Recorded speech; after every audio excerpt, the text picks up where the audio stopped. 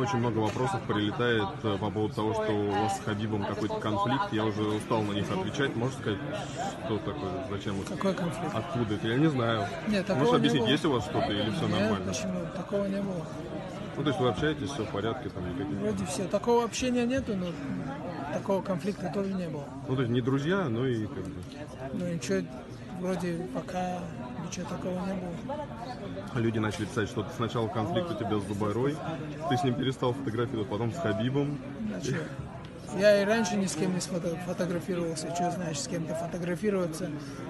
Вроде все нормально, все. Большая кавказская диаспора из бойцов, чеченцы, дагестанцы. Это помогает вам в то, что вы вместе выступаете на одном карде?